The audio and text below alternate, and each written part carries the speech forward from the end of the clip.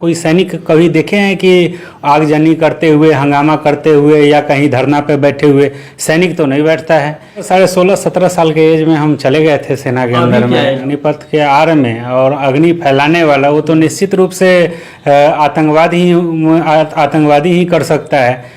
और छात्रों को सिर्फ तो मोहरा बनाया जा रहा है। मुझे तो नहीं लगता है कि अग्निपथ योजना का वापस लेगा, और लेना भी नहीं चाहिए। ज़्यादा से ज़्यादा लोग इसमें हमारे समाज से सैनिक रहेंगे, एक्स आर्मी का रहेंगे तो बढ़िया चीज़ है कि किसी अन्य क्षेत्र में भी जाएंगे तो एक डिसिप्लिन व्यक्ति नज़र आएंगे। पॉलिटिक्स में भी वहाँ से जा सकते हैं, किसी भी क्षेत्र में जाएं तो उसके लिए ऑप्शन है और बढ़िया है।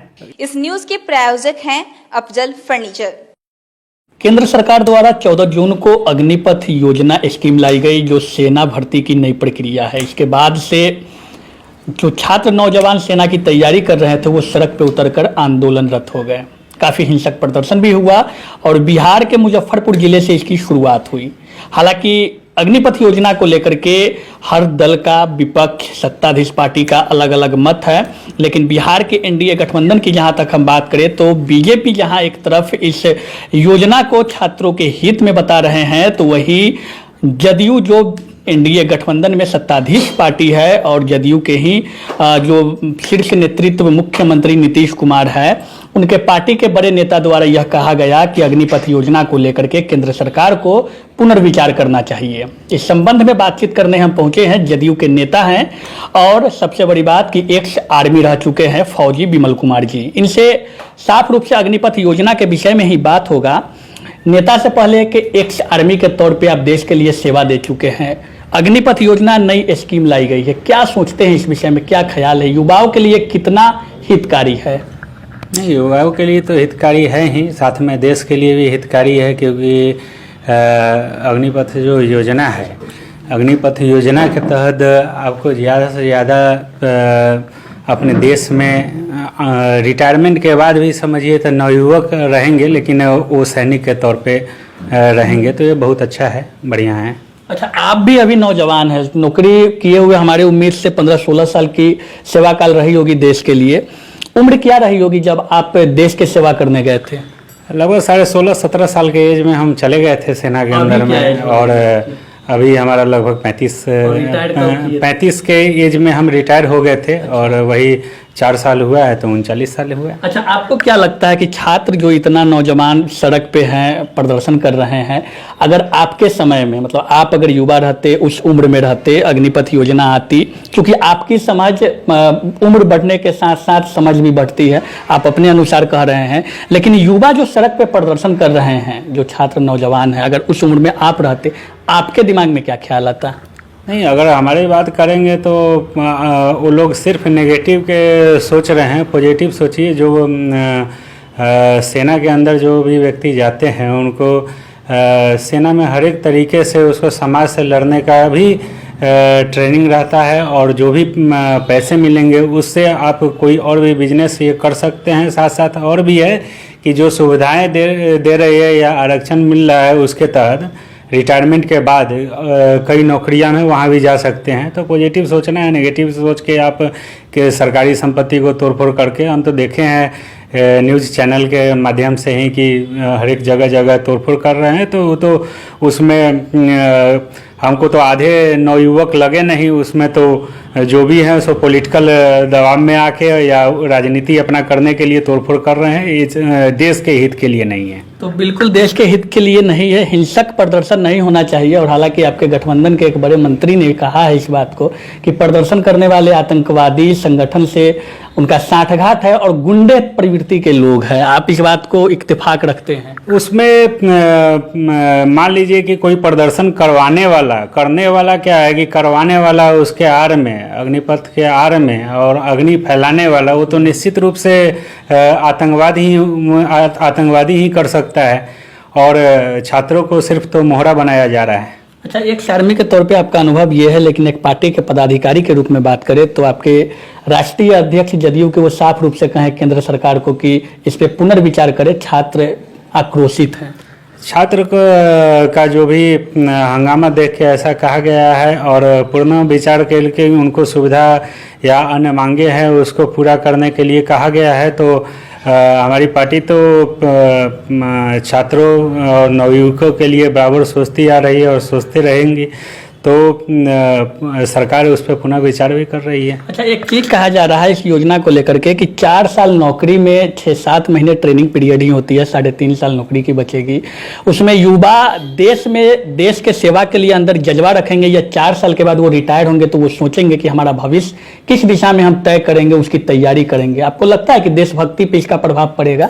देखिए, देशभक्ति पे प्रभाव क्या है कि बहुत सारे कंट्री हैं जहाँ पे ऐसे हैं कि आप सर्वप्रथम देश की सेवा करें और ये बहुत ही अच्छा चीज़ है। और सबसे बड़ा चीज़ है कि एक सैनिक अपने देश के प्रति, यही तो है कि आज अगर कोई सैनिक कभी देखे हैं कि आगजनी करते हुए, हंगामा करते हुए या कहीं धरना पे बैठे हुए, सैनिक तो नहीं बैठता है। लेकिन अगर एक सैनिक अगर समाज में ज़्यादा से ज़्यादा बढ़ेगा तो निश्चित रूप से देश भक्ति की दिशा में आगे बढ़ेगा देश। मतलब कि आपको लगता है कि 4 साल की नौकरी में देशभक्ति की जज्बा जो आप लोगों के समय रहती थी नौकरी में वो बढ़ेगी युवाओं में? बिल्कुल बढ़ेगी। इसलिए कि मान लीजिए कि अभी छात्र है, किसी पे डिपेंडेंट है, अपने माता पिता पे डिपेंडेंट है, लेकिन वो जब 4 साल नौकरी करने के बाद में उसको कुछ ना कुछ वहाँ से पैसा मिलेगा और उस पैसा से करने के लिए बहुत सारे क्षेत्र हैं जो अपना रोजगार भी कर सकता है, खुद आत्मनिर्भर बन सकता है, किसी पे डिपेंडेंट भी नहीं हो सकता है। जो लोग उसमें से नौकरी करने वाले हैं नौकरी भी कर सकता है और जो कंपटीशन की तैयारी करने वाले हैं, सेना में रह के भी बहुत सारे कंपटीशन में गए हैं और सेना की तरफ से तो कहा गया है कि उसमें से जो भी कुछ परसेंटेज जो है जो चयन उसी में से किया जाएगा।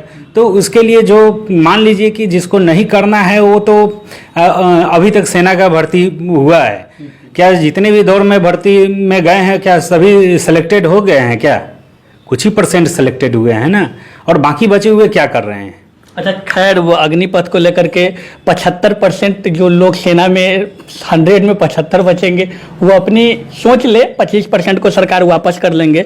खैर हम बात दूसरे पे आते हैं। विपक्ष का कहना है कि सरकार बिना तैयारी के इससे पहले भी कृषि बिल लाई थी, काफ़ी किसान आंदोलनरत थे, अब नौजवान आंदोलनरत है। एक तरफ सरकार बिल को वापस ले ली, क्या लगता है अग्निपथ योजना को भी वापस लेगी? मुझे तो नहीं लगता है कि अग्निपथ योजना का वापस लेगा और लेना भी नहीं चाहिए। ज़्यादा से ज़्यादा लोग इसमें हमारे समाज से सैनिक रहेंगे, एक्स आर्मी का रहेंगे तो बढ़िया चीज़ है कि किसी अन्य क्षेत्र में भी जाएंगे तो एक डिसिप्लिन व्यक्ति नज़र आएंगे। पॉलिटिक्स में भी वहाँ से जा सकते हैं, किसी भी क्षेत्र में जाएं तो उसके लिए ऑप्शन है और बढ़िया है। इस पे युवाओं को खुद भी सोचना है कि अच्छा, लेकिन एक चीज कहा जाता है लोकतंत्र में कि जब सदन में बहस होती है तो सड़कों पे संघर्ष कम दिखा जाता है। हाल के दिनों की बात करें, कृषि बिल हो या अग्निपथ योजना हो, विपक्ष का साफ रूप से कहना है कि इस विषय में, इस संबंध में सरकार न विपक्ष से बात करती है, न सदन में इसकी चर्चा होती है और सीधे थोप दिया जाता है कि ये चीज़ हो रहा है। अगर कहीं ना कहीं आपकी बात से हम सहमत भी हो, लोग भी अगर सहमत हो कि आपका कहना है प्रदर्शन करने वाले जो लोग हैं उसमें 20% ही स्टूडेंट होंगे, 80% उपद्रवी किस्म के लोग हैं, लेकिन 20% छात्र ही आखिर नाखुश है, तो क्या सरकार विफल है छात्रों को समझाने में? नहीं, छात्रों को तो समझाया जा रहा है। अभी देखिए कि अभी कहाँ हो रहा है, पूरा शांति हो गया। सरकार द्वारा तो समझाया ही जा रहा है और सेना के तरफ से भी समझाया गया है, जबकि ये हमको लग रहा है कि पहली बार हुआ है कि सेना के तरफ से आम जनता को समझाया जा रहा है कि उसको, इससे पहले तो हम भी सेना के अंदर रहे हैं, ऐसा तो हुआ नहीं था कि सेना के कोई बड़े पदाधिकारी आके और आम जनता को समझा रहे हो। अच्छा, देश के बड़ा विपक्षी दल 27 जून कल यानी कि सोमवार के दिन अग्निपथ योजना जैसी स्कीम को लेकर के पूरे देश में कांग्रेस का प्रदर्शन हो रहा है, क्या कहेंगे, क्या ख्याल है? देखिए, वो प्रदर्शन करने के लिए तो राजनीति पार्टी है, तो अब छात्र का के ये खत्म हो गया, उसके तो उसमें पॉलिटिक्स खत्म हो गया, तो अब अपना दल बना के पॉलिटिक्स कर रहे हैं, तो विपक्ष का काम है, और वो अपना प्रदर्शन कर रहे हैं। उसी से अगर होता है कुछ, जिसको नहीं करना रहता है वो तो प्रदर्शन करना उसका काम है, उसका फर्ज रहता है, तो प्रदर्शन करते रहे। प्रदर्शन डायरेक्टली रूप से तो कहीं ना कहीं आपकी पार्टी भी इस चीज का विरोध कर रही है, अग्निपथ योजना के पब्लिक डोमेन में आकर के आपके पार्टी के राष्ट्रीय अध्यक्ष इस बात को कह रहे हैं पुनर्विचार करने। विरोध नहीं हुआ है, विरोध नहीं हुआ। पुनर्विचार करने के लिए कि उनको हित के लिए, जितना जो छात्र के हित के लिए है, जो और सुविधाएं हैं वो बढ़ाया जाए, इसके लिए कहा गया है। ये नहीं कहा गया है कि आपने जो है सो बंद कर दीजिए। फिर भी भाजपा और जदयू की मत इसमें एक नहीं है। खैर, अब दूसरे पॉइंट पे आते हैं। जातिगत जनगणना होने जा रही है। आभार यात्रा कल निकाला गया है पटना से, अशोक चौधरी मंत्री और उपेंद्र कुशवाहा के नेतृत्व में। मुजफ्फरपुर में भी कल निकाला गया। क्या सोचते हैं जातिगत जनगणना के विषय में? जितने भी ये तो काफ़ी दिनों से नहीं हुआ है बिहार के अंदर में, और ये अच्छा है कि अपना जो शुरुआत अभी तत्काल में बिहार से हो रही है, और जितने भी जातियां हैं जहां समाज के सबसे निचले पायदान पे भी हैं, वो भी उनका, उस जाति का भी पता चल जाए, तो ये अच्छी बात है, और उसके लिए वर्क किया जाएगा, जिसका जो जिनको हक। आपको नहीं लगता है कि जातिगत जनगणना एक राजनीतिक स्टंट है? लोगों को सिर्फ जाति आधारित राजनीति होगी। अग्निपथ योजना जैसी पर भाजपा जदयू से अलग है, और जातिगत जब समीकरण आते हैं तो भाजपा जदयू सबका एक मत हो जाता है। आप देखिए ना कि कोई इसमें कोई राजनीति ये नहीं है। इसमें तो जातिगत में आप तो अग्निपथ के लिए कहे हैं कि सबका अलग अलग है, लेकिन जातिगत में तो सभी बिहार में एक है ना, तो एक है, तो इसमें हम क्या कर सकते हैं? सभी लोग का मन है कि जातिगत गणना हो, और हो रहा है, तो सभी लोगों का पता चल जाएगा कि किस कास्ट वाइज कितने समाज के अंदर में हैं। तो जिसकी जितनी आबादी उसकी उतनी भागीदारी। हम तो देख भी रहते हैं कि जितने कल ये नारा भी लगा है कि जिसका जितना ये है उतना भागीदारी हो। तो ठीक है। आपकी बात हम करें जरा सा, थोड़ा सा पॉलिटिक्स पे ही आते हैं, जातिगत आधारित।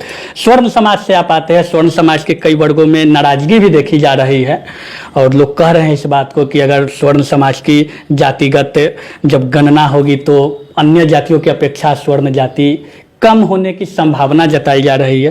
पॉलिटिकल इवेंट पे फर्क नहीं पड़ेगा भविष्य में आप लोगों को?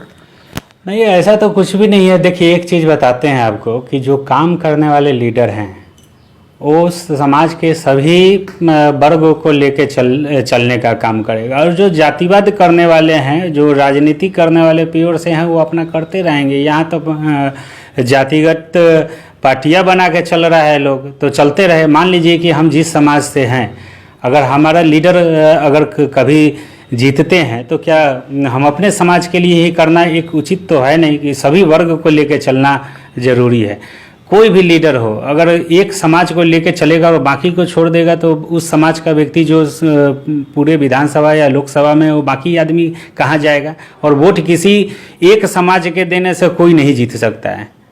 मुझे जहाँ तक विश्वास है कि एक समाज का, कोई भी जाति का हो, वो एक समाज के देने से नहीं जीतेगा। अच्छा, शिक्षा और स्वास्थ्य की अगर बात करें तो इस मुद्दे पे क्यों नहीं सरकार, पक्ष विपक्ष, अन्य दल साथ आते? आज बिहार की स्थिति आपको भी पता होगा, 2 दिन पहले बीजेपी के प्रदेश अध्यक्ष का बयान आया है कि विश्वविद्यालय में सत्र नियमित नहीं है। उसके बाद आपके विभाग के मंत्री, शिक्षा मंत्री विजय चौधरी भी कहे हैं कि उसमें सुधार की आवश्यकता है, सुधार की जाएगी। इन सब विषयों को लेकर के सरकार क्यों नहीं एक साथ एक पटल पे आती है, लेकिन जातिगत जनगणना जब होती है अपने राजनीतिक स्टैंड के लिए एक साथ क्यों आ जाते हैं? नहीं, जातिगत जनगणना के लिए सब हैं। और जहाँ तक शिक्षा की बात है, तो आप पहले आप देखें कि 90 के दशक में हम लोग खुद ही जाते थे, तो घर से जो है सरकारी स्कूल में एक बोरी बांध के जाते थे कि वहाँ पे बैठना है। और आज कम से कम हमको नहीं लग रहा है कि किसी स्कूल में बोरी घर से लेके जाने। सोनू याद है नालंदा का? ना, हमको नहीं पता है। सोनू मुख्यमंत्री के सामने आकर के बोला कि सर हमको तब शिक्षा का कोई स्तर है ना, ये 5 साल 7 साल का बच्चा है। कहने वाले इक्का दुक्का अगर कहते हैं तो उसके लिए क्या है? वो आप भी जाके कह सकते हैं कि हम पढ़ाई नहीं किए हैं तो सरकार का दोष है। ठीक है, पढ़ने वाले उसी में आप भी देखे होंगे कि एक रिक्शा चालक का लड़का IAS बनता है, एक दुकान चलाने वाले का, पंचर बनाने वाले का IAS बनता है, तो उसको एग्जाम्पल क्यों नहीं करते हैं आप? इस चीज़ का बिक्री है। किसान का बेटा ये समझ रहा है। आप ये चीज देख रहे हैं कि विश्वविद्यालय में स्थिति क्या है, शिक्षा का स्तर आपसे छुपा नहीं है, क्या इसको झुटलाया जा सकता है? पढ़ने वाले इसी विश्वविद्यालय से 66 साल लग जा रहा है उसको स्नातक करने में। इसी विश्वविद्यालय से पढ़ के और बड़े बड़े पद पे गए हैं और जा रहे हैं। जो पॉलिटिक्स में आके अपना बयानबाजी और ये करते हैं, हंगामा करने वाले, वो शुरू के दशक में भी करते रहे, बीच में भी करते रहेंगे और आने वाले दिन में भी करते रहेंगे।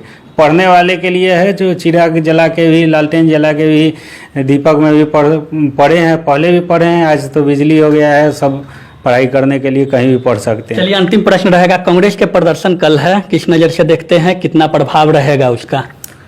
क्या प्रभाव है बिहार में है सो किसी से छुपा हुआ है, कल है तो आप भी देख लीजिएगा क्या होगा। तो फौजी विमल कुमार जी थे हमारे साथ, जदयू के नेता भी, एक्स आर्मी भी है। अग्निपथ योजना सहित जातिगत जनगणना को लेकर के खास बातचीत इनसे हुई और स्पष्ट इनका कहना है कि अग्निपथ जैसी योजना युवाओं के हित में है और सरकार जो कर रही है बेहतर है। जातिगत जनगणना पर भी इन्होंने अपना स्टैंड साफ कर दिया है। पार्टी का जो अपना इनका विचार है, उन्हीं विचार पे इनका भी विचार मिल रहा है और ये कहते हैं कि जातिगत जनगणना आवश्यक है। शिक्षा के विषय में भी आपने सुना, वीडियो देख रहे हैं तो कमेंट भी करें। सवाल अगर आपका कुछ मन में हो तो कमेंट बॉक्स में ज़रूर लिखें, हम पुनः इनसे बात करेंगे। और सत्ता से ही सवाल किया जाता है, ये विपक्ष और पत्रकार दोनों की जिम्मेवारी होती है। धन्यवाद।